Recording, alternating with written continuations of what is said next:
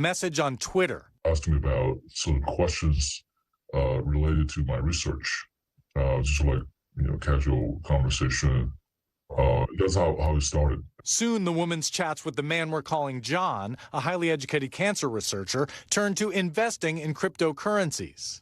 He asked us to disguise his identity. As a scientist, as a PhD, you're naturally curious, and especially when you talk about how much money you can make, I got sort of hooked. Urged on by his new friend, John began wiring money to a website that looked identical to a real-life online investing platform, and it seemed like he was making a fortune.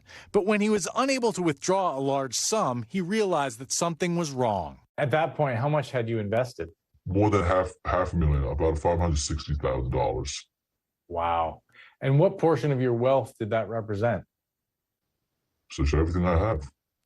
John was one of the latest victims in a sophisticated online scam known as pig butchering, which comes from a Chinese term for fattening a hog for slaughter. The gangs that carry out this scheme are largely based overseas, mainly in Southeast Asia. The FBI says Americans have lost billions of dollars to these cons, and usually the money is unrecoverable. But tonight, the Justice Department is announcing the seizure of more than $100 million stolen in pig butchering scams, possibly including some of John's money. It's the first seizure of its kind, the result of a new focus by federal authorities on tracking cryptocurrency. We figured out where these accounts were and that there was funds from victims that went through various stops to get to these accounts, and then we seized the accounts from the institutions where they were being held. Young Choi directs the Justice Department's Crypto Enforcement Unit. She says the DOJ has learned how to use sophisticated software to track ill-gotten crypto and then grab it. That's a bad day for the crooks. It is a bad day for the crooks. We think we're raising the cost of their doing business in this manner and preying on the United States public. Another victim we're calling Eugene, also a scientist, was lured into the con by a real person, someone he knew from graduate school.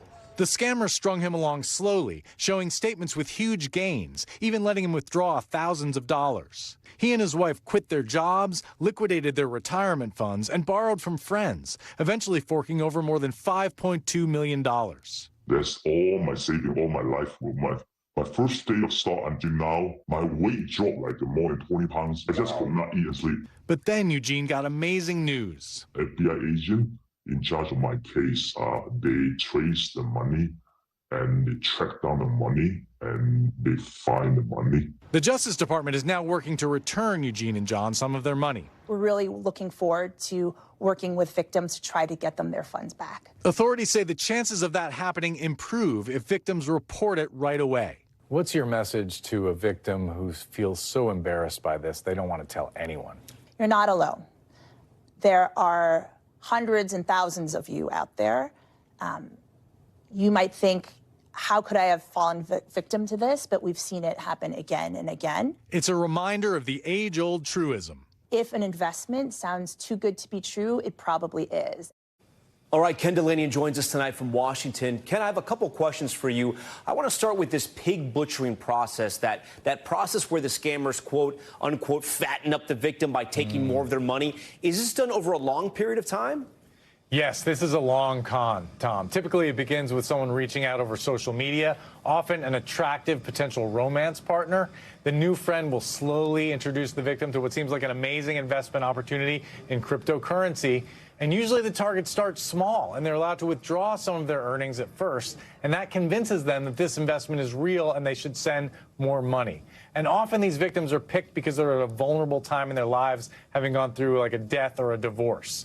And the scammers use fake websites made to look like real cryptocurrency platforms. The victims usually believe for months that they've made a fortune until the day they realize they can't get access to their money. And Ken, in the report you mentioned these scams start overseas. Sometimes when that happens, right, there's a language barrier or a tell. Something is written in a strange manner. Usually it tells the person who's being scammed, wait a minute, this is strange.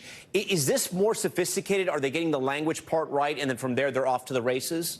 It's a little of both, Tom. We're told that sometimes the pitches are crude because the scammers are using language translation programs, because some of the people making these pitches are themselves being forced to do it by an organized criminal gang, and that can be a tell. But sometimes the victims are immigrants whose first language is not English, as was the case with the two people we interviewed, so they may not detect those grammar mistakes, and other times the scammers are very sophisticated and speak English perfectly. When you think about the enormous sums of money they're stealing here, they have a lot of resources to bring to bear. The bottom line here is that if you want to invest in crypto, you should not do it through someone